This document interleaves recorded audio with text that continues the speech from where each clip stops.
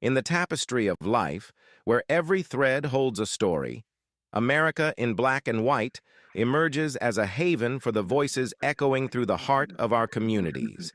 In this podcast, we wade through the rivers of our collective experiences, celebrating the vibrant hues of change brought forth by the whispers of hope and the roars of action. It's more than just a conversation. It's a journey into the heart of our society, illuminated by the light of those daring to dream and do. Join us, and let your voice be the melody that guides us toward a dawn where every color finds its place in the masterpiece of our shared destiny. Together, let's paint a future brimming with the positives that dwell in our minds and the actions that shape our world. Good evening, ladies and gentlemen, and welcome to another episode of America in Black and White.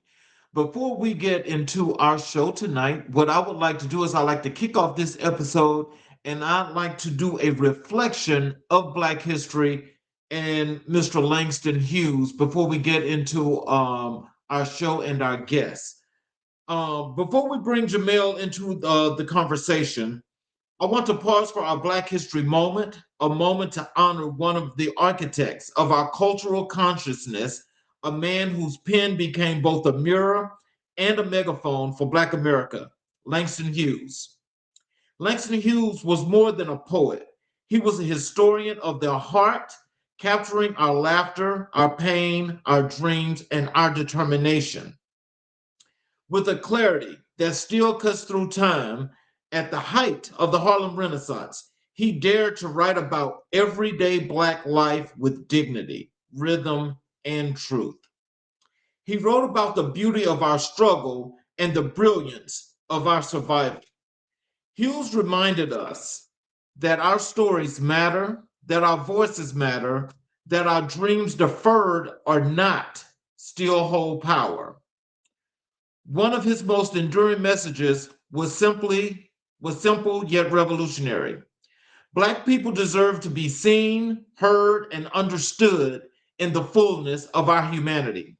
Tonight, as we talk about public service, child welfare, mental health, and the systems that shape our lives, we carry Hughes' legacy with us because he taught us that storytelling is resistance, that truth is liberation, and that hope, even in the darkest moments, is a form of power. Langston Hughes wrote for the people, he wrote for the future, and he wrote for nights like this when we gather to honor those who continue to work of uplifting our communities. So tonight, family, we gather again, and at the intersection of truth, community, and transformation, America in Black and White has always been a space where we peel back the layers, not just society, but of ourselves. A space where we honor the people doing the work that rarely makes headlines, but always changes lives. In this episode, we shine a light on a brother whose purpose is rooted in service, integrity, and the belief that every person, every child deserves safety, dignity, and a chance to thrive. In a world where systems often fail the most vulnerable, he steps in not as a savior, but as a steward, not as an observer, but as an advocate. Jamel R. Grace-Morrow is the kind of leader who reminds us that public service is not a job, it's a calling. His work in child protective services, his commitment to mental health, his dedication to education, and his passion for community impact all speak to a life lived with intention. And when we talk about Black history, Jamel stands firmly on the shoulders of giants Barack Obama and Malcolm X, two men whose courage, clarity, and conviction shaped his worldview and his mission. Tonight, we explore his story, his purpose, his journey, and the legacy he is building, one family, one classroom, one community at a time. Let's get into it, ladies and gentlemen, and let's welcome Jamel Morrow to the show. Hello, sir. How are you? How are you? I'm doing well. Thanks for having me tonight. Happy Black History Month to everybody's here. Well, I thank you so very kindly for joining us tonight, especially with this great story that I'm sure people are going to more than just learn from. But as we start, can you tell us, is there something that you'd like to tell the audience before we get into the show? You know, be patient, be kind with me. This is my first podcast. A little nervous, so I'm here and I'm ready to be open and vulnerable. All righty. Well, so I like to start, with people getting the opportunity to get to know more about you, Jamel, and the person that you were before you got to be this great leader that you are today. So, can you tell us who was Jamel before the titles, the degrees, and the professional accomplishments? All right. Well, I grew up in a small town called Lewisburg, North Carolina. It's about 45 to an hour from Raleigh, North Carolina. Um, my neighbors were cows. I like to tell people that. Grew up with my mom. My grandfather was a great influence in my life. My dad was there, not there, but my mom, my dad separated, so he was there as much as possible. Um, from there, I went to North Carolina Central University. Big, big difference. Big difference in culture from the people that I seen to those that did not look like me or act like me, I would say. It was an eye opener. And I will say, I'm not going to call myself ignorant, but I was sheltered.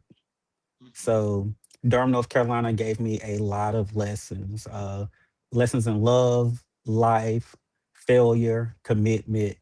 I am grateful for what we call the Bull City has given to me, and I carry it with me every day. So tell us, with that experience and when you got that eye opener and being in a different culture such as that, can you tell us what were some of the things that you learned from that and how did it impact your life? Yeah. Um, Durham taught me how to love the skin that I'm in, to be honest with you. Happy Black History Month to everyone.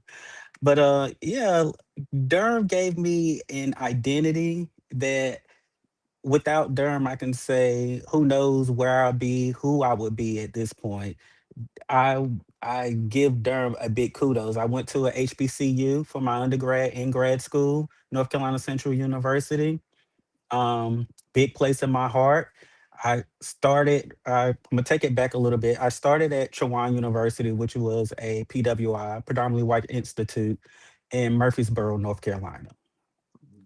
Clothing, respect for yourself. I mean, you went to class. I'm in class with white people, and of course, at that point, I'm you don't have to. You just show up as yourself. There's nothing. It didn't. I would say, as a young black male, a young black gay male, it didn't prepare me for the world, and I didn't respect the institute, unfortunately, just because it was class and it was back to your dorm. Whenever I went to North Carolina Central, there was a sense of community. I connected with people. I learned more about my culture. Um, the people that look like me and come from similar backgrounds and backgrounds that I couldn't fathom. Mhm. So, yeah, I don't know if I answered your question. I start blabbling, so you can redirect me at any point because I'm a talker. I will say That's that. that's fine. Um, so what early experiences shaped your sense of responsibility and service? So a lot of things will tie back to my educational background. At Central, our background, the motto for the school was truth and service. I started off, in order to graduate with my undergrad, we had to do community service hours. It was a must. It was mandated. You couldn't graduate without it. Whenever I went back many, many, many, many years later to get my master's, I ended up, it was kind of a full circle moment. I ended up working with the Office of Community Engagement and ushering the new classes in and helping them get that same sense of community. I worked with American Red Cross. We did the sound the alarm. We did blood drives. I orchestrated the MLK for 2018 Day of Service. It it really opened my eyes to how disproportionate and how young black men and women aren't seeing what education looks like outside of primary education, what things the world has to offer to them without, you know, looking at it on TV. TV is a great thing. It does give us, you can see things, but actually having something that you can reach out and touch, reach out and talk to. Like my number has always been open to anyone I connected with. I'm a listening ear. As a lifelong learner, which I proclaim to be, I can learn from you like you can learn from me. I can learn from the things that you've been through and I can take it in, and it helps me grow as a person to help the next person.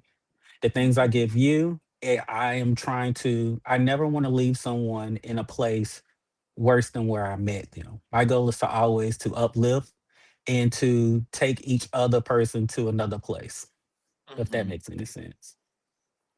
So, how did your upbringing influence your understanding of community? Okay. Well, so like I said, I grew up in a rural town in Lewisburg. It's actually called Centerville. I think they lost their township. The land that I grew up on was my grandfather's. It was his grandfather's, and they were sharecroppers. They brought the land. There was a school on the land. He felt like at that point in time, anything can be brought and sold, even people at one point. I mean, it's Black history, but we have to remember where we came from. So his biggest accomplishment was to purchase the land that his fathers worked on. And he did it. And he took that land and he divided off with his kids. That land became generational wealth for those, for me, myself, and my family. And for the ones that didn't get it, it instilled in our head like this is something obtainable. The land where I grew up, it was a dirt road for a very long time. It was named after my great grandfather, and everyone on that land had their own spot, but also I could throw a rock or I could look out my window. I could see my aunt. I could see my great aunt. I could see my uncle up the road. Like it was a sense of community there. So my community started with family, which I know now growing up, that's not something to me that was normal life. It's just how I grew up. I didn't know any better. But going off and going to school and living in different places, it was kind of like, oh, that was kind of like a utopia. Like I didn't get the things that other people got, but also they didn't get the things that I got. Like my cousins, my sister, um, we were all we had. We went to school as a clan. We caught the bus at the same place because we had to walk up to the stop sign and bus came, we mixed and mingled there. We got on the bus all together. We went to school together. Everyone knew who we were. We got off the bus. We came home. We did chores. We worked on the farm. And that was life. Community started it with my family. And that was all the community I had at that point. If we didn't have something, or if my mom cooked something I didn't like, I can walk out my back door and go to my aunt house, go to my uncle house, go to my grandmother house, which she can look out her window and look directly into my room and tell if I'm there or not. So community is very important. And I took that, my friends will tell you, like, I'm very close knit. I have so many people, locations on my phone that's ridiculous because we keep up with each other and we hold each other accountable. And that's part of what community is. Community will hold you accountable and they help you when you fall. You know, and just listening to that, that is major because when you just think about it and we know what community is supposed to be, I think your foundation is very, very solid. And just when you think about that, compared to those that when you got away from home, you were growing up and you were maturing, can you tell me, did you at some point, as you had your interactions with other growing young adults, young adolescents, were you comparing your situation as to what community meant to you compared to the others and how you guys could intermingle? I never compare with anyone. I never compare. Um, I've always looked at everyone as an individual and what they're going through as a gift Hmm. because our past don't define who we are. It's what we do and what we take from it, where we go from there. So you could grow up without a community. But my thing is, like I said before, I believe in whenever I'm meeting someone, I always felt like I need to leave you better than where I found you. So if you don't have community, my background is community. Let me share that with you. Let me give you even the smallest piece of that. Let's be friends. I am your community. And then with that love and with that patience, it grows and you learn. And everyone, like I have friends, I'm not gonna name names. I have friends that didn't have communities growing up. I have friends that've been through systems that failed them because of their color, because of their family's financial situations. And they lack that sense or the ability to create a community. But I tell my family knows just as much as I do. Like I have multiple communities. I create a community at work. I have friends who are crossed between family. I have friends that we speak to daily. I have group chats with people I past work with. I have family group chats. My thing has always been community because as a group, you it's like a single cell. Yes. A single cell is going to die on its own. Hmm. It doesn't make much. And when you come together, you're now a working machine. Like it goes off into different platforms. A penny is just a penny. You get 100 of them, you get $1. You get $100, you got $1,000. The more you get together, the powerful you are. And I think it just goes off into it. One star is just a star. Group of stars, you got a galaxy. It's just Yeah. how I look at life. Okay. Well, I think that's really an honoring thing because, when you think about community from that perspective, as you just explained that, that's something that whenever I connect and just chat with individuals, is the one thing that I always try to stress. Together, we can do many, many things, Mhm. but individually we have a process that we may think about, but that process is going to be long, long, long, possibly too difficult and maybe too hard to climb by yourself. Not saying that it's impossible, but it's always better when you have community and you're there unified to make something happen. Yes. Perfectly uh, said. So, can you tell me, was there a defining moment that pushed you toward public service? A defining moment that pushed me towards. I don't think there was a defining moment. I think it was divine intervention. Okay. Um, and I say that because I, s- with my professional background, I wanted to be a six figure man. I say that. I want to be a six-figure man. um, I got there. Hmm. The money didn't satisfy me. It Okay. didn't. And before getting there, I worked in public service. I worked in retail. And the more that I am able to communicate and outreach and be with people, I felt like that's where my heart truly came from. I taught fifth grade for 2 years, best 2 years ever. I went from there, I went back to school, got my master's, was working with community engagement with Central. Amazing. Started teaching at our community college for their ESL program, English as a Second Language. Amazing. I'm not an adjunct now, but I do part time where I fill in. It's love them and to where I am now, a social worker investigative assessment. So, what role did family play in shaping your values?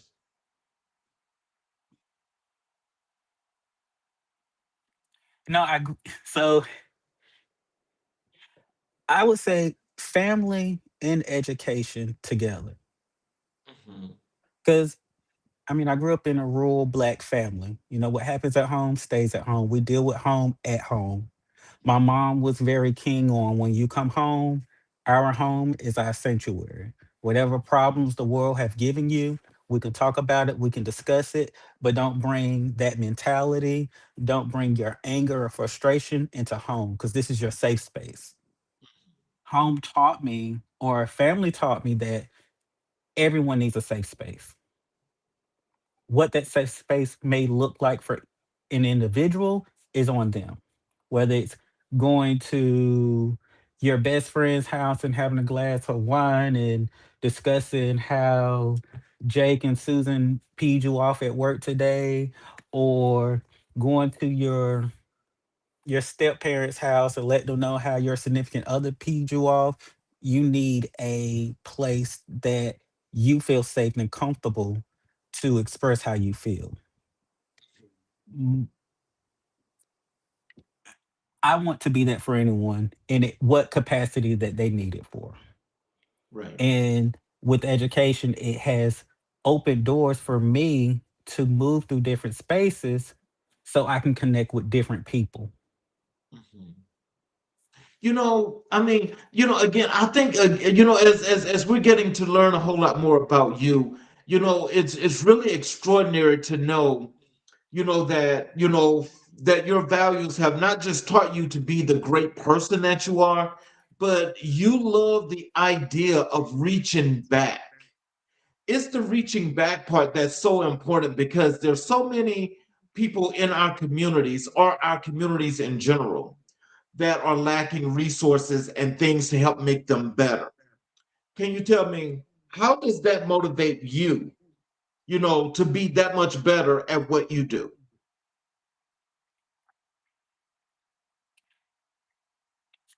You know, they say more power becomes more responsibility. I feel like more education does the same thing. More knowledge of what's going on does the same thing. There's no way as an individual who prides themselves on family and community could learn certain things and be aware of things that are going on within their community and outside of their community, within their bubble and outside their bubble, and not have the heart to want to reach out and help change or mitigate some of the things that individuals are going through. And I feel like the more, like I said before, I'm a people person. And if I'm at the grocery store and I'm speaking to someone and I'm hearing about, things that are going on within their personal life, it may be monetary. There's nothing I can do about monetary because I work for the government. There's no money there. But I have knowledge of resources. I have different avenues that you could reach out to. Reach out to your social service agency. See what programs they have. See what resources they have with the churches and the other things in the community that will help you. And there's multiple ways of getting a job done. And I feel like the more anyone knows, the better they are equipped to not only deal with their own situation, but help others outside of them. Because even if I'm in a place where I'm receiving help, someone else, Jessica down the road, may have the same issue I have. Am I going to gatekeep this information, or I'm going to share it with her? You know, everyone's in a position to help someone else, and I feel like it's one of those things where they say you never look down on someone or be careful how you treat people because you never know who you may need. Exactly. I mean, I could be a billionaire and I'm going to a restaurant. I need to figure out where the bathroom is. Who am I going to ask? The man sitting across from me or the worker that's here serving me? It's as simple as that. What challenges did you face growing up that later became strengths? Challenges I had growing up. Being naive, my parents did a great job of shielding me from the evils of the world. I will say that. They made sure as a child I stayed in a child's place. And I can say that once I became of age, I don't think anyone is an adult until they're 32 and above, but that's a personal preference. But 18 and above from there, like any of the things the dangers that I've encountered, the things that I've went through, it was on my own accord Right. because I was sheltered, but you get the world looks at you as an adult at 18. Your parent starts to loosen up the reins on you. When I say loosen up, some parents cut it loose. Some kids are fortunate to, depending on how you look at it, some kids, that's not their story. I can only talk for myself, but like you're loose in the world. That was kind of a disservice. I learned things the hard way. I've taken it. I've moved from it. I've I've lived a life, and I'm grateful for every life lesson that I've had to get me to this point. Because I wouldn't be here now. I wouldn't be able to help the people I'm able to help. I wouldn't be able to do the things that I've done. I Bad decisions and life lessons have always helped me. I feel like I was asked the other day at work if I could choose an age to go back to change the trajectory of where I am. I can't, because I love who I am.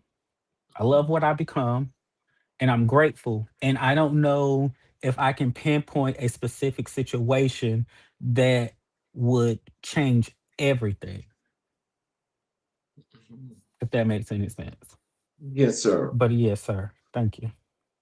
So, how did your educational journey prepare you for the work you do today? Yeah. So, public administration gave me a voice in a non-traditional way. I think there's some of my classmates in here today. They can tell you about some of the things that I had to would go with some professors. It's a world where politics politics are everywhere, in your workplace, where you shop, where you eat. If you're dealing with people, you're dealing with politics. And for me, I had to find a voice for myself, but also find my voice, use my voice, but not be labeled. Mhm. And where that label becomes, the angry black man, the uneducated black man, the black man who doesn't take accountability. And I make sure before speaking, I look inside. I take accountability for what I can take accountability for, because what I don't want is for us to have a conversation and then you bring up my flaws of what I did wrong to negate the message. Really? That is, oh my God, that is so perfect because, what I want to ask you is because I'm sure that is some of the things that either you have either had to deal with or you've had to confront. Can you tell me, as being a part of the LGBTQ community, how has that affected the way you have to navigate at least six different paths and directions in order to keep the record straight? Because a lot of times people have the wrong connotation and they say the wrong things when they're basically just speaking to America or the world's stereotypical situations. How does that work for you? How did that work for you? I tell people all the time, I'm an individual. There are so many boxes that you can put me in. I'm black, I'm gay, I'm married, I'm educated, I'm a son, you can keep going. My blood type, my height. I'm only 5'5". Okay, I'm country, as you can hear from my from my slang. Like you can put me in any box you want, and you can generalize anything. But when you start to put all these pieces together, it's what makes me who I am. And I get a lot of times when I'm at work, and you can look at it as passive aggressive. You can look at it as um, ignorance or just a lack of knowledge, and people automatically assume things. My name is Arabic, Jamel Rashad Grace. I've gotten plenty of times, but a long time ago, I used to have locks in my head. People assumed that I was Jamaican or I smoke weed because if you see people with locks, that's the conversation you get with it. And they speak to you, then you get, oh, you're smart, you're educated. I love the words that you speak. And there's a way to correct people and shut them down without being belligerent, without, you know, giving them what they want. Even at so my past job, I won't say the name of it, but I worked with a guy. He was over he was over the program. I was a contracted employee. Um, from the South, short, non-person of color, and this individual couldn't take the fact that this young, gay, black, educated man possibly knew better, more than him, and could do things more efficient than him. So I would get shut down left and right about ideas and different things, processes that we could do as a collective to lighten the workload on our techs. And where it became a problem was I suggested something to him. 2 months down the road, it came back up. He had to redo some things, and he couldn't look me in the eye. Could not. That man went home the same day. He went home. He refused to accept that, someone half your age in a different background had knowledge for him that he could not obtain it. It literally hurt this man to his core. And I'm thinking this whole time is like, wow, we have all these people that show up to work for us every day. My job is to make sure that they're here, they're accountable, and they're doing the things that we set for them. And you couldn't acknowledge something, or you refuse to look at it just because of the source it came from. It That's wasn't it. on me. Yeah, it wasn't on me. It was on Mhm. him. But it's sad because it happens a lot, and a lot of it frustrates me sometimes. And but at the end of the day, I have to think it's not me. Mhm. That's not my cross to bear. That's learning that another individual have to do. And you know what they say: everything that's done in the dark comes to the light. And Yes, sir. it's not always my place to check you. It'll happen, and it'll happen on its own terms. And when it happens, I'm not going to be there. I won't be in the corner rooting for your downfall. But if you fail and you came to me, I have a forgiving heart. We can still work together because it's never personal. We're here to get the money. Mhm. That's it.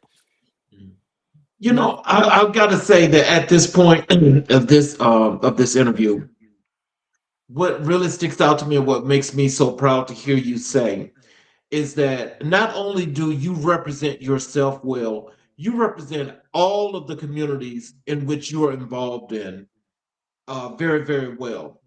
And so I know that, and I can say factually, what you're saying, and speaking that truth to power, is that there are an enormous amount of people that don't look like us that we work with that have this.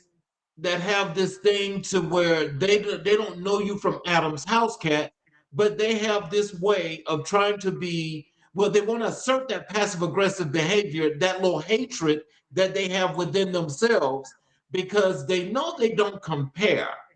But when they know they don't compare, but you stand tall and proud in who you are, that's the thing that intimidates folks so much. So, with that being said, I mean, how often, does this happen with places that you've worked at, or just in general when you meet people? How often does that happen? Believe it or not, it happens more often than you would think it did. When I first started teaching fifth grade, there was a teachers are very close knit. Mhm. They have a thing. I taught at a D1 school, and I'm not sure if two of my fellow teachers are up here, well, my teacher and my principal, when I sent it to them, but uh, there was a poll going around that how long I would last. Yeah, it was a poll because we're at a D1 school. Like I told you, I grew up in a shelter background. So a lot of these kids that are in the school have dealing with things that I couldn't fathom at the age of whatever age I was when I was teaching. But it was a thing where no, he's too nice. He came in here smiling. He don't know the class he's about to get. And I've always been constantly underestimated, and it just gives me drive to continue to push forward, to not prove to them but prove to myself that no matter the situation I'm in, like a chameleon, I'm either going to do the things I need to do to be there, or I am going to outperform. I'm going to outshine. I'm going to do the things to put me in a place where not only did I do it, I succeeded, and I'm capable of so much more. Right, That's right. always been my goal. Like everything goes back to lifelong learning. I've every position I've been put in, I put my faith in God that I'm here for a reason, and I'm doing the things that I'm doing because it's preparing me for my next step. And if I can't get past this step, then how am I ready for something else? So, what does resilience mean to you personally? Just don't stop, can't stop. You I'm here, I'm breathing. God willing, I'm walking. I'm able to work. I have a voice. I may be put in uncomfortable positions, especially now with my job. Now, when I knock on your door, I don't know what's on the other side. I don't know how you're going to react because we know when you're stepping into someone's, again, their comfort zone, their their safe space. And with my position, I'm seen as a threat. I'm here to shake stuff up. So something went wrong. That's the reason why I'm here. We have to have uncomfortable conversations. How is this going to end? My goal, as always, to leave you better than where I found you. But if I quit, or if I quit on myself, then how can I help someone else? Right. Therapy, counseling, your safe circle. I preach that to everyone. I think that it's an amazing thing to have. I cherish those that are in my life that I am able to vent to because it holds me accountable and it keeps me going when I know that not only are friends there, but I have family. I don't have any kids myself, but I have tons of nieces and nephews. I came from a big family and they look up to me. They have questions about things I don't know. The first I will never tell them I don't know. I Let's find out together. Give me a call back. Let me do my research. Let me reach out to someone within my circle, or let me create a new circle to get some answers for you. Okay. Because it's more than like I said. It's there's power in numbers, Mhm. and I'm not here. I can't say resilience all on myself. because there's been times where I wanted to give up. There's been life altering things that has happened to me growing that anyone else without the support system wouldn't be in the position that I'm in now. And I pat myself on the back for making it through the things that I have made it through. And I am thankful for those that believed in me and stuck with me and made sure that I continued. So, who poured into you when you needed guidance the most?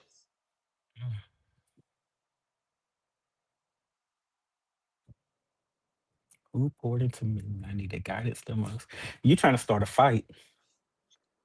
You, oh, okay. I've I can't say a single person because I've created so many different communities where one person lacked, someone else picked up. I told you before there was an incident in my life where things I was ready to give up, but my community stepped up. I had a friend who was there that made sure I had food every day. I had a friend that came over, hey, have you paid your bills this month? I had a community at work that was there with me and was like, hey, Jamel's late today. Give him a call. Is he here? There was times when I needed to leave early. Hey, I take your class.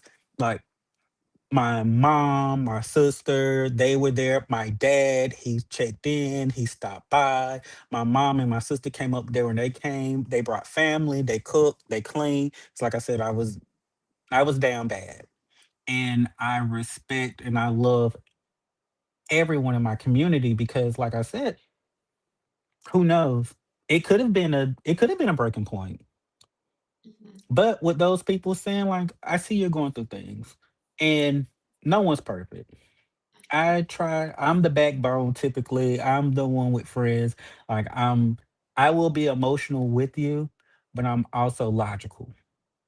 And it's easier for me to think that way now. But when you're going through things and you're in that place, it's hard to dig yourself out. And sometimes it's impossible for you to dig yourself out. So having people in your corner, and it's not fair to put it on one person because while you're going through something, who's to say that one person isn't going through something as well? And if they can't show up for themselves, then they can't show up for you. You can't pour from an empty cup So, what does legacy mean in your life? in my life. My hope is to touch as many people past what I could think of, past the communities that I'm involved in, past my family. I want to be there and be an inspiration to people I haven't met. And that goes beyond recognition for myself. I want to be a beacon of light. And that's what I want. That's the legacy I want to leave. When you say my name, a smile come across your face. It it's simple.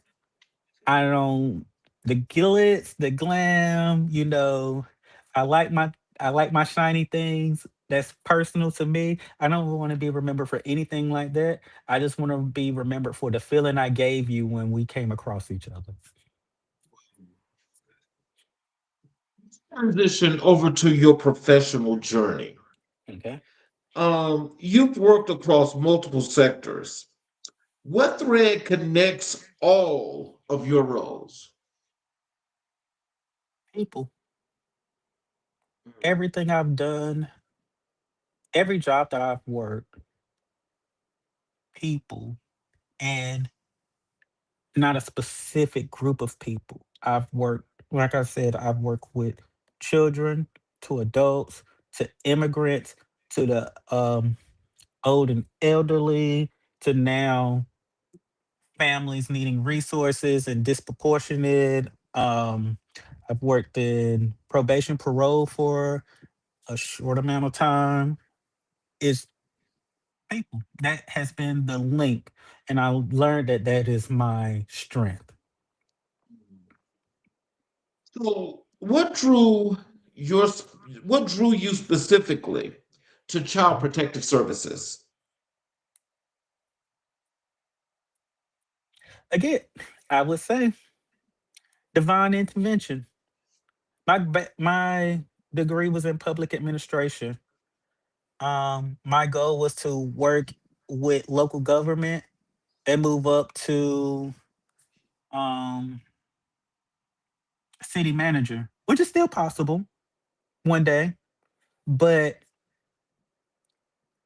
after my last position with the pharmaceutical company, I was let go uh, because of my mouth and people unwilling to listen, which is fine. I'm an open book, so I was home for a bit and I started applying to places. And the first thing my husband said to me was, you know, you have this time, use it well.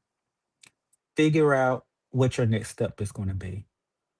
Home is okay, but I want you to make sure you're not rushing into a job because you feel like you need to work. I want you to be in a place where you feel valued and you can grow. I mean, I'm older. I'm pushing 40 now. So those words stuck with me. And as I started applying, I applied for social service. My background is not social service work. I did my interview. I spoke from the heart. They called me 2 days later and offered me a position. And I really felt like it was God and they seen something in me and they wanted to take a chance with me because of the things that I said during my interviews. Some things can't be taught. I mean, if it's not your calling, it's not your calling. We all have had classes where we had teachers who didn't care. They knew the material, but they couldn't convey it. They knew the material, but they couldn't connect with their students. Yeah, Mhm. that's a part of it. You need the education, yes, but it's something in here that draw you to where you want to be. And everything I've done up until this point, I felt like has been a stepping stone to create, to make sure that I'm getting where he wants me to be, or you know, where he wants me to be. So, how do you mentally prepare for the emotional weight of CPS work? I don't think you can, honestly. I mean, You got to do something. I know listen, that that could be emotional. can you prepare for a roller coaster? No, Can you prepare for a roller coaster? no, you can't. There's, unfortunately, for, in my opinion, for me, with social work, we are taught that on your way into work and on your way leaving work, you pick a place on your on your commute to work and from work, a drop off zone and a pickup zone. So on my way home from work, the stresses that I have, there's a specific place. It's a Sheets gas station that's right before the highway where I try to drop off the things that I'm dealing with. And then on my way to work the next day, that's where I picked that social worker hat back up. Because you deal with so much and you deal with so much nasty and negativity and things that children and families are going through. And as a human being, those are things that you cannot take home. You cannot. So, like, I will, even if I'm venting, not giving out any PHI, um, But if I'm venting to my husband or a friend or another social worker, I am we're talking and then I try to wrap that conversation up before I get to that point. Because when I get home, I have three dogs, I have a husband, I have a whole house, I have my self care that I have to deal with. Because what I don't want to do is bring that in home and then it affects home life. And then I can't replenish my cup to go back to work to help others. Because if I'm now stuck with the third case and I got 15 cases and I got to see six cases today, how am I helping anyone? Mhm. So I can't prepare for what I'm going to see. I just, when I'm in the moment, I'm in the moment. Secondhand trauma is a thing. We are humans. Just like they couldn't prepare for it, I can't. I can only deal with it at that point, work through it. We have different things at work where, we have on-site counselors, there's telehealth, there's a whole bunch of resources to assist you with dealing with these things. But there's no way you can bring it home, and there's no way that you can prepare for any of that. You every day that we're clocking in, it's a shit show. Excuse my language. I definitely understand, which brings up our next question though. So, how do you and your husband, how does your husband help you to decompress from those days? Because I'm sure that that's got to be a lot that's weighing on you, and I know you try to keep it from home, but how do you guys Mhm. decompress from those days? Yeah. So of course I'm human and I tend to I will bring something home and I will vent just like any other job. When I was working in my other job where the work environment got so toxic, like I was talking about work every day. My husband got tired of hearing certain people names. Like it was just like, what did such and such do today? Or where we at today? So we've come up with different ways to like deal with these things. We have our three dogs. Like we'll take my biggest dog, who's the oldest. His name is Tyson. He's a Rockwell. We'll take him to the tractor supply store and give him a bath, or we'll go for a walk in the neighborhood, or he'll take me to our local wine bar and we'll sit there.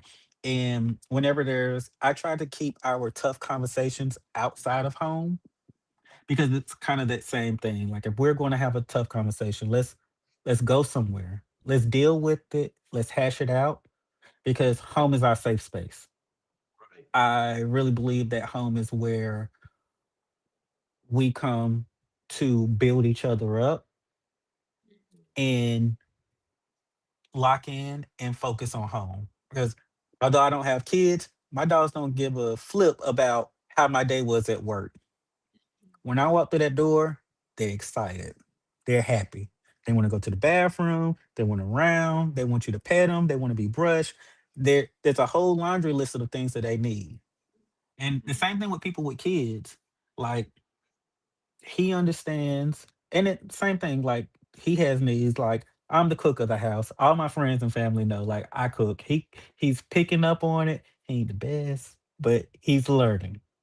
So we both have responsibilities within our home and in order to there's keep it moving, we have to figure out like, okay, today's your hard day. So what do you need from me? Because each day is a different day. What I need today may not be what I need tomorrow. If I say, hey, I don't want any social interaction. I don't want to talk about it. It's like that's fine. We live in a two-story house. There's a living room upstairs and one downstairs. Pick one. You got office, I got office. Either you're gonna go to your office and listen to some music, or I can go upstairs and watch TV alone. Like we respect each other and we have an open communication to where we are we're working together and I'm confident in our relationship to know like, okay, well, I need this time and he's not gonna feel a certain way because he does the same thing. He has stressors at work as well. And he'll get overstimulated, like Jamel. I understand, but I can't. We can't talk about it right now. And that's where that whole community thing comes from. I have friends who's like, well, I was like, I don't want to talk to you right now. They're like, well, have you talked to your friend? And I was like, well, they've been calling. I was like, why don't you talk to them? But there's no one key. It's multiple, especially dealing with me. You just never know. I can imagine. So what is the biggest misconception about CPS investigators? CPS in general, the big misconception is we taking people kids. I mean, I mean, when I tell someone I work for CPS, oh, you out there taking people kids. It's not funny, but it's true. My husband be picking. When my family found out that I was working for CPS, even my friends, oh, you out here taking people kids. I've been with the department now for a year, and I'm in investigations. But every case I've worked on gladly have been safe or safe with a plan. I have not foreseen any of the families that I've came in contact with have not had a removal. Not saying that it won't happen because again, that's just the luck of the draw of where I've been, but we are there for the safety and well-being of children. And the most important part is to lessen the trauma of us being there because CPS already holds trauma. If we're called, kids can live in a situation, but they're surviving. This is their normal, so they don't see anything wrong with it. But they know something when that white car pull up with the circle on it, and I jump out with a clipboard, right? Mhm. Okay. You have parents crying so as you step and knock on the door. Hey, this is a social worker Grace, and we're not there to take kids. We're there to ensure the safety and well-being of children. And our biggest aspect is to make the family as strong as possible. We want to leave the family in a better place than we found them. We're not there to take your kids. If you don't want your kids, why you think I want them? Hold on, that's I understand that, No, but hey, that is real. listen, you don't want me in your house. I don't want to be anywhere I'm not wanted. But we're Hmm. here. So let's work together and figure out how we can move forward to make sure I'm not here again. Let's make I tell families when I meet them, this is your movie. I'm just a guest star right now. I'm just here for a short amount of time. Use me for my resources, ask as many questions as you need, figure out, I mean, off the wall stuff.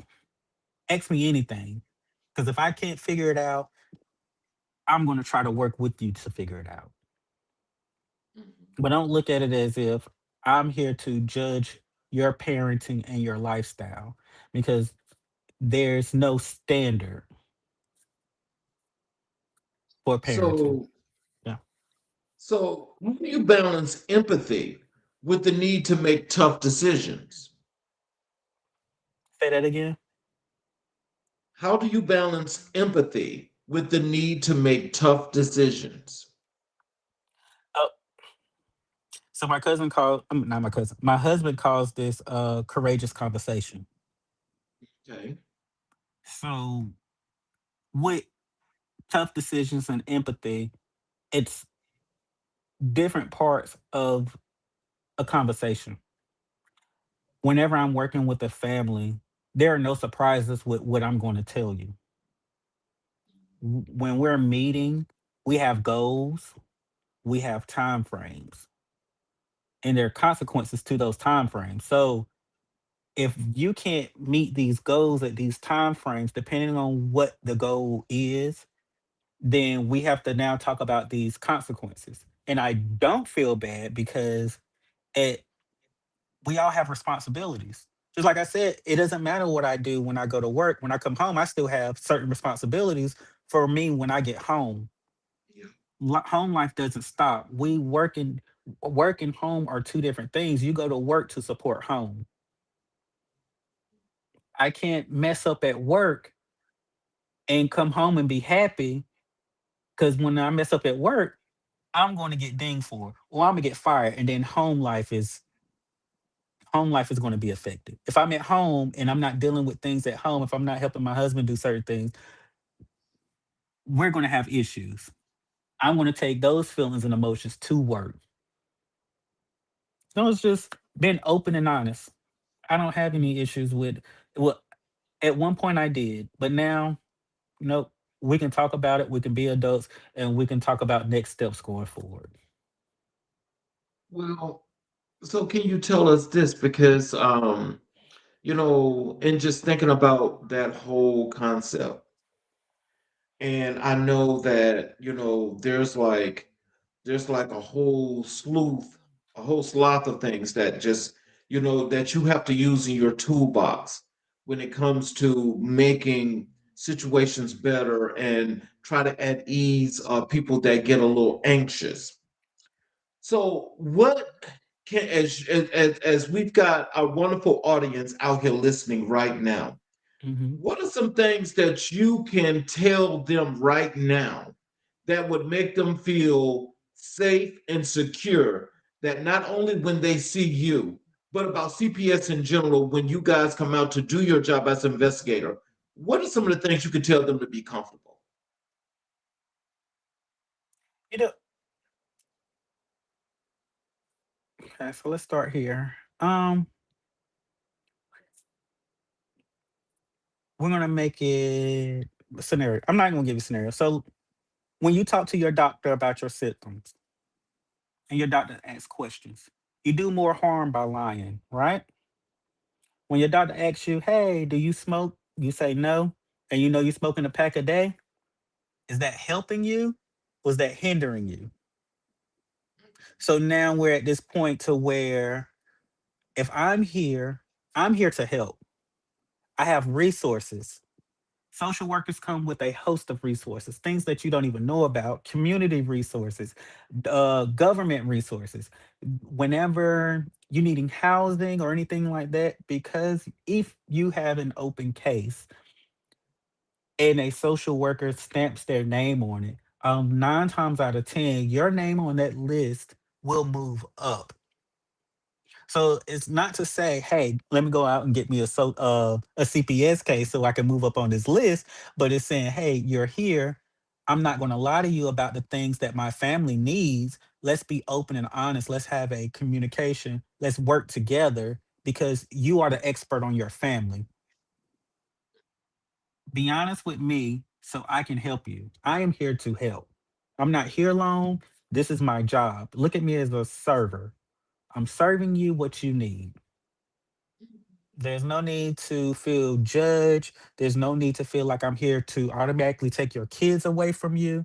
That's not the intent. That's not the purpose. I'm here to make your family system stronger than what it is, or to give you resources to make to same thing to make your family stronger. Okay. Um, let's transition over to your CPS investigation and child welfare. What does the day in the life of a CPS investigator really look like? So clock in. Um, we're in what's called rotation. So depending on when calls are coming through with allegations is when you get a case. Your case could be a immediate response where you need to go out right then, a 24-hour, or a 72 hour. So those are the response times that you have. You have to initiate immediately within 24 or within 72 hours. There's family assessments and then there's investigative assessments. Investigative assessments, there's no family contact before going out to the home. So it's just me knocking on your door or showing up to the kids' school, ask questions. Family assessment, we can we have a little bit more wiggle room. I can call you, we can set up a time to meet, but it still needs to be within those time frames. When I knock on your door, either way, whether I'm popping up or we've set a time frame to meet, when I knock on your door, I don't know what's on the other side. All I have is anonymous report from someone that has concerns, and I'm there to address those allegations. How you react, what your living conditions are, what pets or animals you have in your house, your neighborhood, the conditions of your home, anything. When I knock on your door, I'm getting it all for the first time.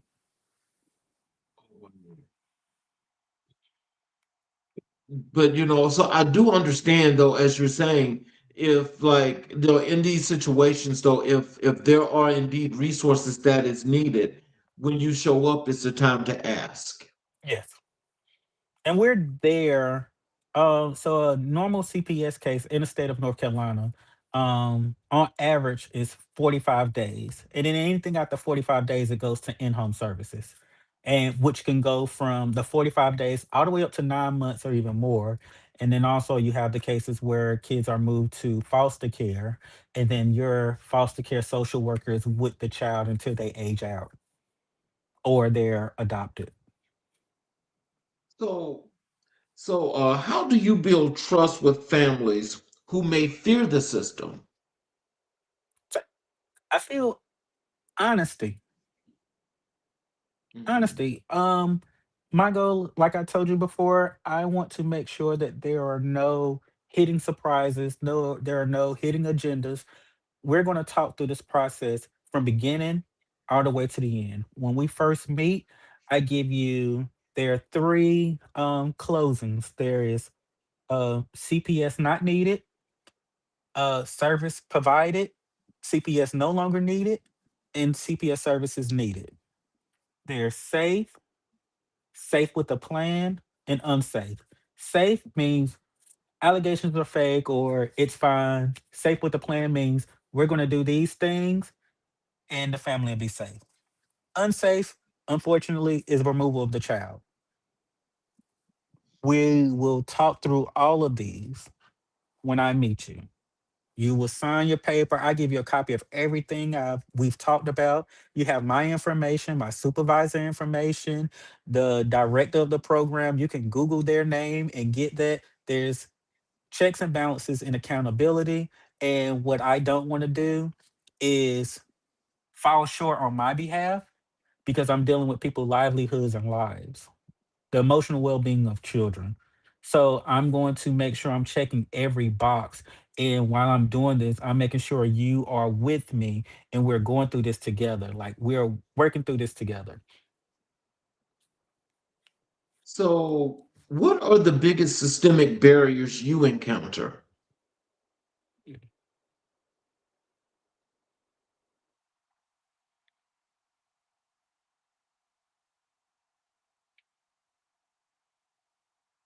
Mm. Depending on the area, um, nope, I'm going to say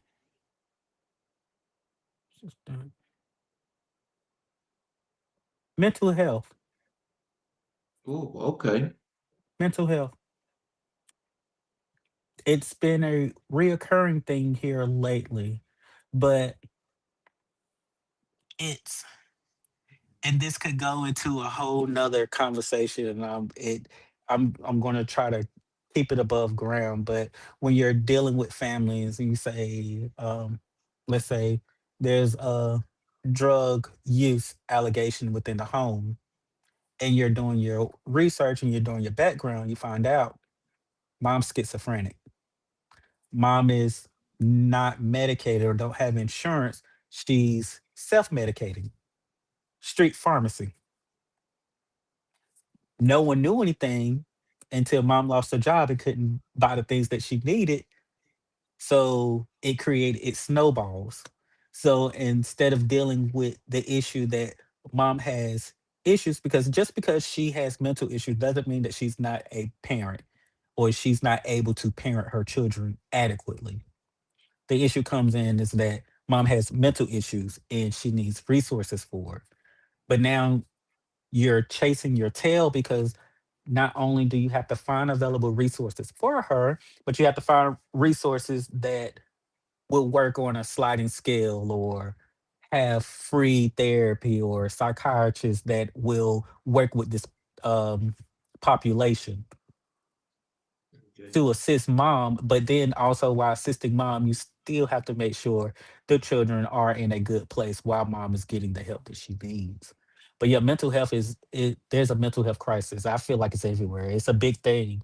And the more we shed light on it, the the more everyone knows how big of a problem it is. And I really hope that within our government and, local and state and federal, that they really do pick up and start making this a priority.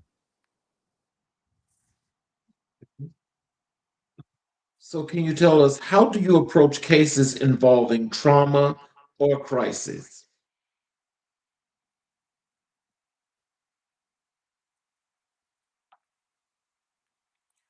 I feel like once I show up, it's going to create trauma, whether it's in a child or the parent, the neighbors, the children. There's going to be trauma. Um, I handle all my families with white gloves. I show empathy, and it's being straightforward with them with what's going on and why am I here, so we can work on a solution, because the trauma of me being there is already there. Me popping up at the your child's school and then pulling them from class and having a conversation with them, that's traumatic. I'm already there. Mhm. How we talk, how we interact is how I'm going to lessen me being there. Don't see me as an authority figure, or don't look at me as the judge, the juror, and the executioner. I'm just a resource. I'm here to help you, help them, and I make sure that family understands my true intentions on making sure that their unit is stronger. So, what role does cultural competency play in child welfare? It's a huge role. Like I said, when I knock on your door, you can be black, Latino, white, upper class, middle class, lower class. Being able to walk into someone else's home and they feel comfortable with this stranger in your home, and then to open up to you about their darkest time or something, like no parent wants a stranger to walk in their house and tell them what they're doing wrong. They don't. My mom didn't even like my grandmother calling her and let her know, hey, it's 9 o'clock, why them kids ain't in the bed yet. So you have to think about these things, and then also thinking about how, with certain cultures, women are not allowed to speak to men. If I come to your home and that's one of the that's part of your culture, and she's unmarried, how is she going to speak? She can't.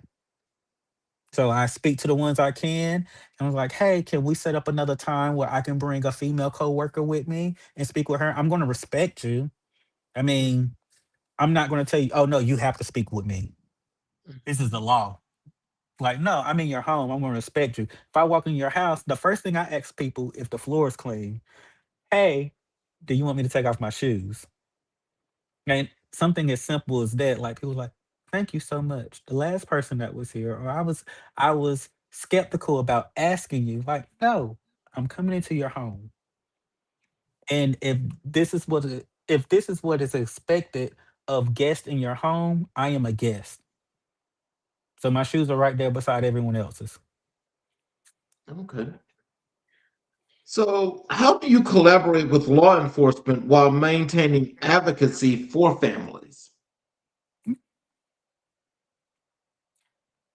I have no problem with speaking on behalf of anyone when someone is not able to speak up for themselves. Typically, when law enforcement is involved with me, I give them the rundown of the goal, why we're there, what we're looking for, and I haven't run so far. I haven't run into an issue with working with law enforcement where they overstep. Because at the end of the day, if they did anything, they don't take the children into custody. It would be me.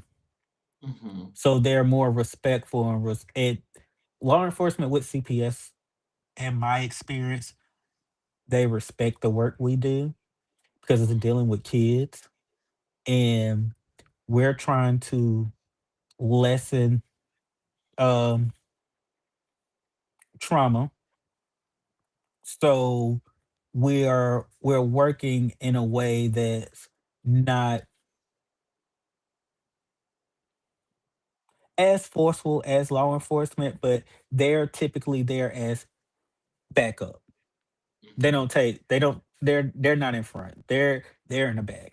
You're there when we need you. If we need you to knock on the door, if there I've been in a few places where I had to work with other supervisors to do removals, then they're typically the ones that knock on the door and give them the court mandate papers and everything, and we're still there and we're doing things respectful of the family because we want to make sure this respect we're respectful of the home and the children because no the dramatization of snatching the kids out the house and the parents screaming and falling all over the place, like it could happen. When it does happen that way, there's like I said, there's underlying things that's going on, mental and or drug use or anything. I don't want to speculate because every case is different, but 9 times out of 10, parents know why we're there, when we come. There's no surprise at all. And like I said, law enforcement is there for backup and our safety because again, I have to get home. And Well, yeah. so look, I forgot, and I just wanted to. We got a bunch of chats here, Oh, comments or maybe questions here in the chat. So as okay. I put these on the screen, if you like to, address these, you're more than welcome to. Okay. First of all, I want to apologize to everybody that's put the chats in here. I'm sorry, I was just so involved in the interview. But the first one here is from Naomi. It says, Happy Black History Month. Looking forward to hearing your story.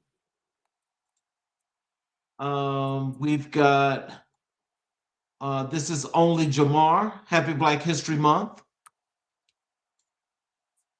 This is, I don't want to say that wrong because that's a lot of consonants, but Eagle Pride. Okay, that's my auto. And this is Blue Love too.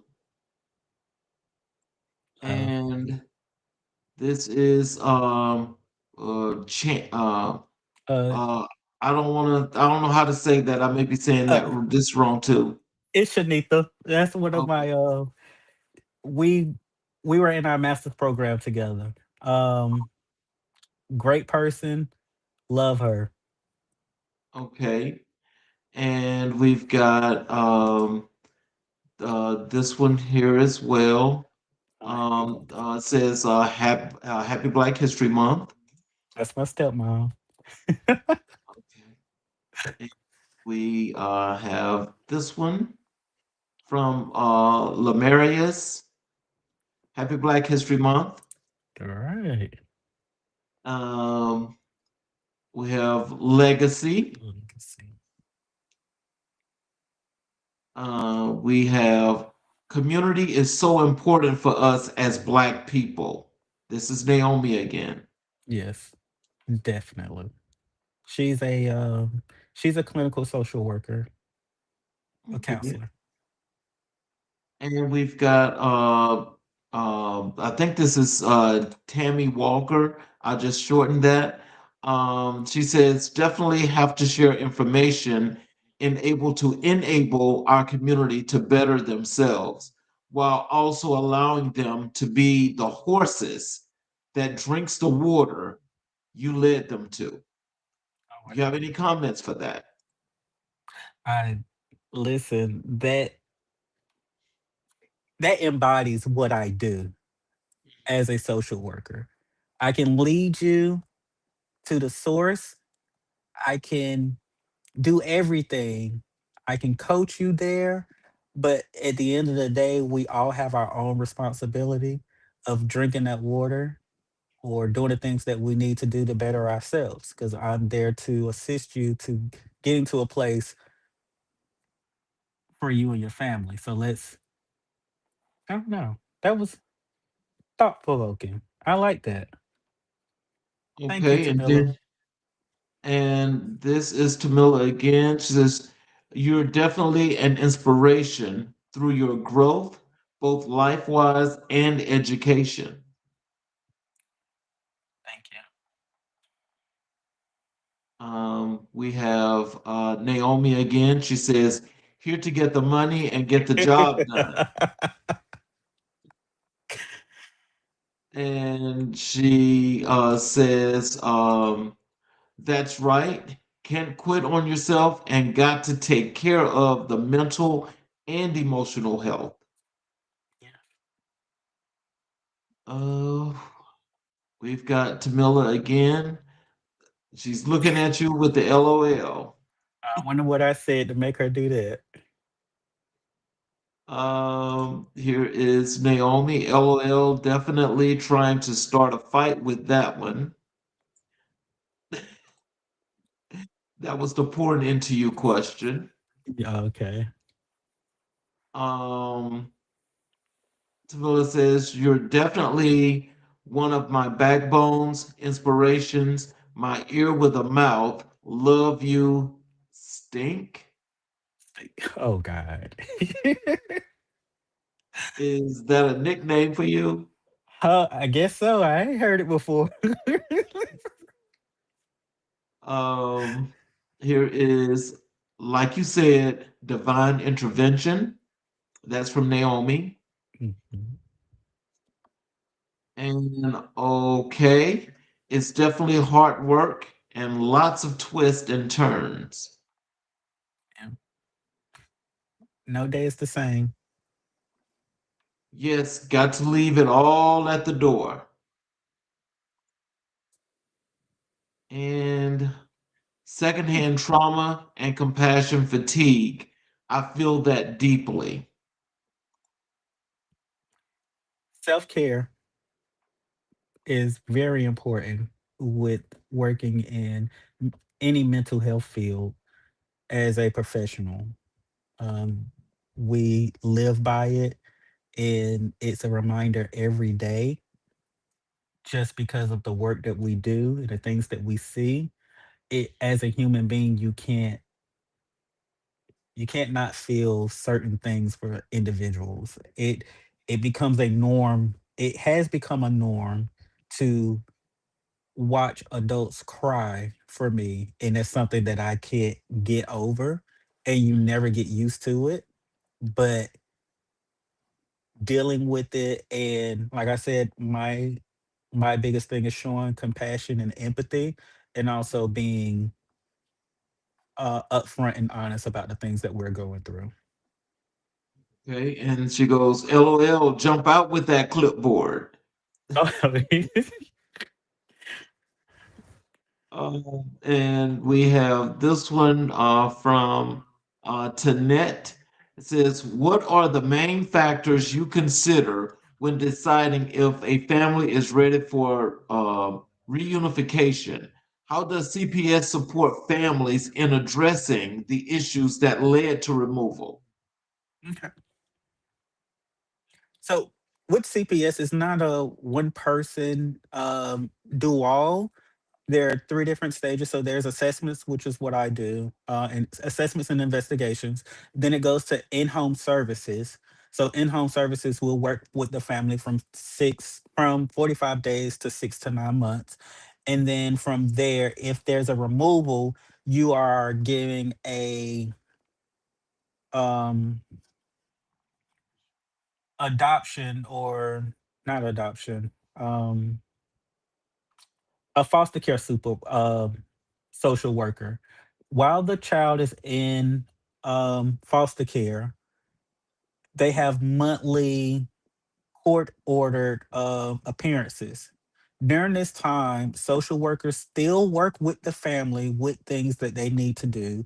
They advocate for family visits where it could be once a week or twice a week or once a month, supervised or unsupervised. But there's a list of things that they're doing, the parents are doing, social workers are checking up with them, and then also still offering resources for both the child and the parents. Because at the end of the day, we want the family back together. For the state, when a child is in custody of the state is responsible for that child. So medical, school, anything that's going on with that child, the state has to do. If a child wants to play sports while in foster care, they have to go to court and the judge has to okay it. Mhm.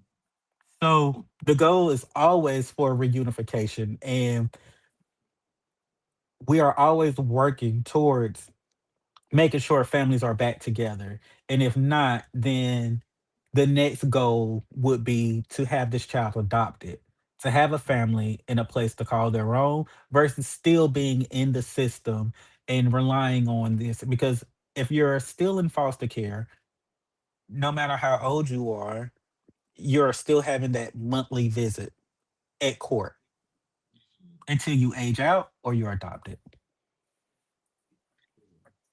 So Tanette has another question here. She says, "What are common barriers families face when working towards restoration, and how can they overcome them?"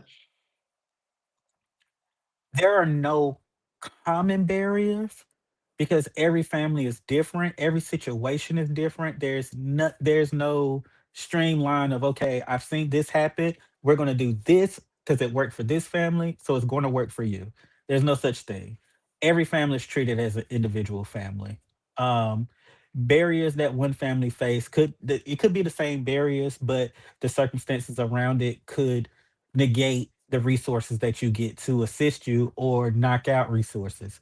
So um, it depends on the determination of the family and a good social worker. Good social worker, um, in the system, honestly, because you can have a good social worker and they lack the resources or they're overworked, like a lot of mental health professionals are right now.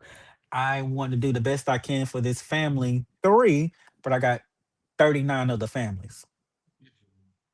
So accountability and everyone working together and resources from the state and resources from your local government, like it, like I said, there's just not one piece of the puzzle that's going to make it work. It's everything and everyone working together.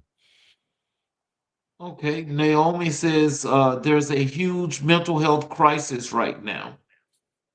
Yeah, we touched on that earlier. It really is. I think it's, I'm not even gonna say across the state. I'm just gonna say in United States in general. I read, and I hate that I don't remember where I read it from because I hate quoting things and not having the proper resources. But I am gonna say this. America is one of the only places where they think that um mental health can't be cured. So Mhm. like anxiety, depression, here we are more of a treatment kind of, we're more in a treatment, we're going to treat it, we're not going to cure it because that goes against capitalism, that's a different story. We're going to give you ways to manage it and deal with it, but yeah, I'm gonna leave that alone. Okay, we got Sade Lyles here. Community is so important. Having people who support, encourage, and uplift one another makes all the difference. We truly thrive better together. Yes, and she's my neighbor, and that's part of my community here. Literally, my literal community and a community that I open my doors to, and we are a family. So thank you. And this is from Ruby. You are community. Your conversation was very empowering. So, Miss Messick is she works for the Office of Community Engagement at North Carolina Central University, and I was under her tutelage when I was there getting my master's degree. Great person. I will say that I am appreciative to all the things that she's taught me to get me to where I am now. Okay, and we're gonna go over here to Black History. When you and I had our chat and booking you for the show, when I asked you who were the most influential people in Black history in your life and career, you mentioned to me Barack Obama and Malcolm X. Can you tell us why are Barack Obama and Malcolm X the two most influential figures in your life? I will start. So I've been here recently because it's Black History Month. I've been listening to all of Malcolm X speeches, and a lot of people felt like he was problematic and he encouraged violence. I don't think he encouraged violence at all. I think he encouraged self preservation, and I feel like he preached more on being more intentional on where you spend your money, who do you where you spend your money, and how you vote, which is very important, especially in the climate that we are in now. Um, Spending money within your own community to help your community to gain more resources and power. I resonate with that very well, just because we as people can be a little bit more hypocritical about community resources and stores we have, but we'll go on Amazon.com and order something from a place that we know nothing about how it was made. All we know is we're going to be at our door within 24 to 48 hours. Yes, this price is a little bit more. Um, it's right up the road. Um, Linda, Linda has outsourced it and she's got it in her store, but you're going to jump past her to save $2 to order it from someone else, and then we are all shocked and surprised when things like what is his name, uh Jeff Bezos? Tesla. Yeah, Tesla. Uh, oh, Elon Musk. Elon Musk. We're all surprised when he flipped the strip, and now we gave him the money, we gave him the power to do what he did. And I can say, as a lot of people on this chat may or may not know, I had a Tesla. Loved the car. But in good conscience, I got rid of it just because of the things that he was doing and he was saying. It didn't represent me. And I felt like I'm giving you money, I'm giving you power to do the things that you're doing. And if I'm not pouring into my own community, then I'm not part of the problem. I mean, I'm not part of the solution. If I'm not part of the solution, then I'm part of the problem. If I'm not speaking up and I'm being complacent, I'm part of the problem. Naomi has put something else here in the chat for you. She said, because no one wants to talk about it being a systemic issue. So, yes, keeping people sick keeps money in their pockets. Yeah, she trying to start something. She is. Um, I totally agree with the background in pharmaceutical and just looking at certain things and how quickly we've come up with a cure for, or not even a cure, but a vaccine for COVID, and then we have prostate cancer that's still running rampant in black men. Cancer in general, breast cancer in women, which overpopulates black women. Um, HIV and AIDS, which overly populates black men. There's so many things where you kind of look back and like these things have been around so long and we have so many different medical advances. Black women and mortality rates when it comes to infants, there it becomes a thing too where you think, is it designed this way? Or again, is this a way to, if you're sick, let me treat you versus let me cure you or let me show you how to cure yourself? There's no money in that. And we live in a capitalistic economy. So, I'm gonna leave that there. So, what aspects of Obama's leadership resonate most with you?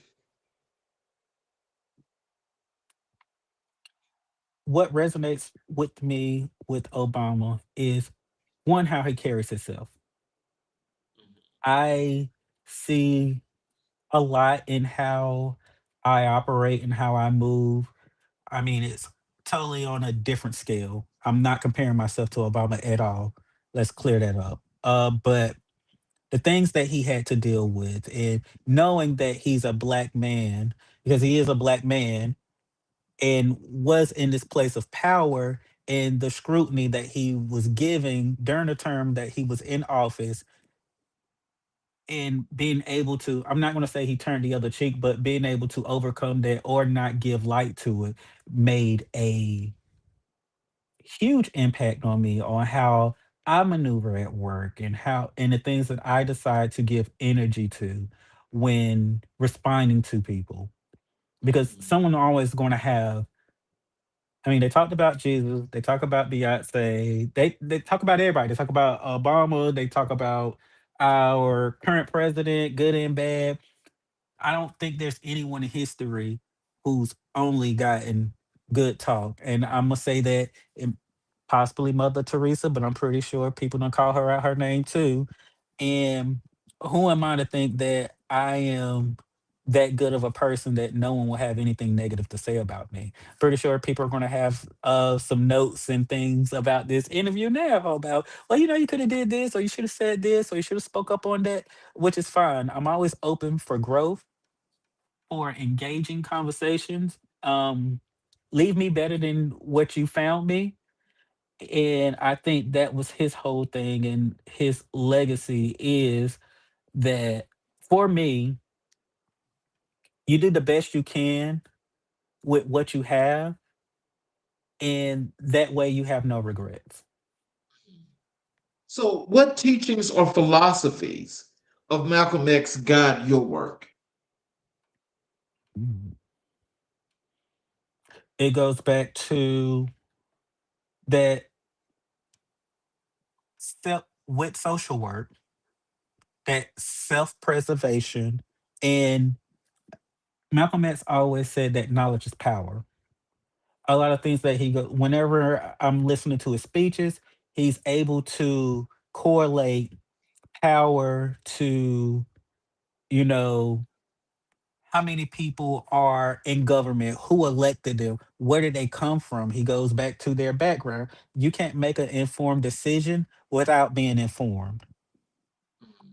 I try to make sure before making decisions, whether it's regarding my next step in my professional life or helping a family, I want all the pieces I can gather before making the decision. And I had made a statement earlier, and I was like, I hate to quote something and not have the reference for it, just because I don't want to be solely speaking from here. Because men lie, facts and numbers don't. And I don't want to misinterpret anything, or someone say, well, this isn't true. I want to be able to say, yes, this is true because Mhm. this works because. So he's given me that in the back of my head when I'm doing things, there's a reason. And we're taught as social workers, don't be scratchers, be diggers. Like, we want to, not what's happened to you. No, not what's wrong with you, but what happened to you. Let's figure out the why. Why are we here? I know what you did. It's there, but let's go a little bit deeper. Let's figure out where we can kind of get to the root cause of everything. And we've got another quote comment here in the chat. Again, this is from Miss Naomi. Yes, let me show you how to cure yourself. Say that louder for the people in the back. You're gonna have to connect me with her. I love her. She is aggravating in real life.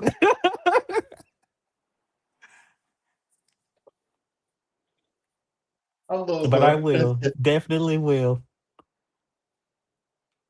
Uh, these two men shape your understanding of Black leadership. Yes. You said how? Yes.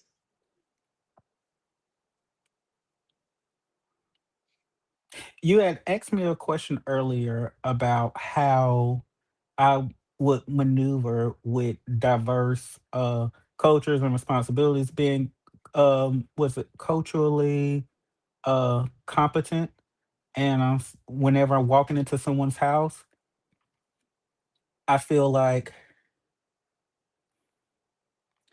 Malcolm X spoke to a specific group of people. Mhm.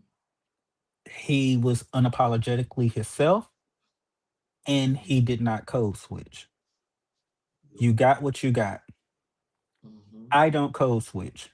I am who I am. Mhm. At one point, it was a thing. I felt like it was important for me to be able to navigate different spaces in order to get in different positions. But then I found out on my own that I have something to say. My experiences are my experiences, and it is not up to me to change the message. Maybe how I relay it, because a how I speak to the doctor isn't how I'm going to speak to my student. Okay? Mhm. So the vocabulary may change, but code switching is something that I will not do. Not at Mhm. all. Um, Martin Luther King is about community, Mhm. and he has shared, like, you know, he's more about coming together, working together. And I take that with any position I'm in, whether it's in a supervisor position or I'm at the bottom. I love the community aspect of let's work together, let's figure out how we can do this together in order to move forward as a unit. And I take those two with me being, I can be blunt, but I'm not rude. Mhm. When I speak with love. Mhm. And with that, I want us to grow together. Final question for you. What does Black History Month mean to you as a public servant and educator?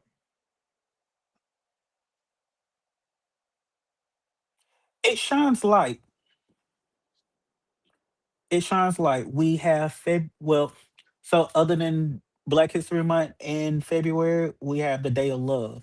It shines light on the day that you express your love for your significant other, right? Um Holidays have times where we shine light on specific things or specific groups. Um Black History Month is the same thing for me. We are shedding light on the accolades and the things that Black individuals have done in America to make life easier for us and for the whole. It gives everyone a chance to say, hey, Madam CJ Walker did this.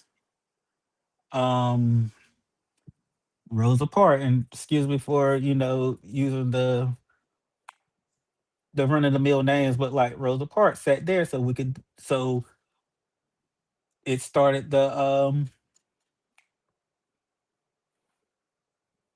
sorry. Yep, Rosa Parks at the back of the bus. We The have the Civil Rights Greensboro Movement? Civil Rights Movement. We have the Greensboro Four that sat at the table within Greensboro to during civil rights movement to desegregate one of the restaurants there. Like, we can't go anywhere without remembering our past, so in fear that we will not repeat it. Black History Month is to show us the growth of where we've been So we have a way of looking towards the future to see where we're going to go. Um, when I say Kamala Harris said it best, we won't go back. In order for us not to go back, we have to see what's behind us, what's back, because we don't know what back is, then how we know we're moving forward. Mhm. So, one last comment here before we close. Yes, sir. Tanette says, I'll put it on the screen now for you. Code switching is like multitasking. It should be non-existent at this point. I And totally so, agree. and so, so in closing, what are some words of wisdom and encouragement that you have for our audience, including how they can connect with you via your social media, the links to your websites? What are some of those things you'd like to leave them in closing? Okay. In closing, I would say trust and lean on your community as much as possible. You're only as great as the people beside you. Um, to quote Jay-Z, I am rich by not by the money that's in my pocket, but the people with me. And that can be in any way that you look. Rich in love, rich in favoritism, rich in family. Everything's not monetary, but be close to your community. You can reach me on LinkedIn. My name is Jamel Grace-Morrow, hyphen in the mural, Morrow. And then the same on Facebook, Jamel Grace-Morrow. I don't have any websites yet. Like I said, this is my first podcast. Uh, Mr. King, I appreciate you so much for having me. This has been great. I was nervous. I've reached out to you a couple of times. I had my days mixed up. Thank you for your patience and understanding. I look forward to watching every podcast going here forward. And you guys, I implore you to do the same. Before I close, I want to tell you I appreciate you more than you can imagine because, again, they superheroes like yourself, you're the ones that people need to have the opportunity to know. What you do is so important and it's so pertinent as to how we want to continue to build our communities. It's people like you that people need to know, but also know that you're putting in the work.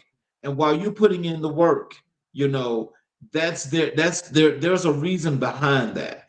That's what I want to thank you for. And I want the audience to gain a lot from the message in learning not just the work that you do, but the person that you are, the man that you are, that you've got, so much gravitas in actually putting forth all of this work that contributes and impact our communities. So I just want to say this in closing. Jamel, tonight you reminded us that leadership isn't always loud. Sometimes it's the quiet courage of showing up for families in crises. Sometimes it's the steady hand guiding a student towards confidence. Sometimes it's unseen work that protects a child's future. Your story is a testament to what happens when purpose meets preparation, when a man chooses service over spotlight, integrity over convenience, and community over comfort. As we honor Black History Month, our journey stands as a living chapter in that history shaped by the wisdom of Malcolm X, inspired by the hope of Barack Obama, and carried forward through your own commitment to justice, compassion, and transformation. Thank you for the work you do. Thank you for the lives you touch. And thank you for reminding us that the future is built by those willing to serve. Until next time, family, stay informed, stay empowered, and stay connected. I'm your host, Charles King, and this has been another episode of America in Black and White. You guys have a great evening. I'm sorry for the last two chats and comments that have come through. Hopefully, you guys will be here the next time Jamil comes back, and we will see you guys tomorrow for another great episode. Thank you all, and please have a great evening. Thank you. Thank you.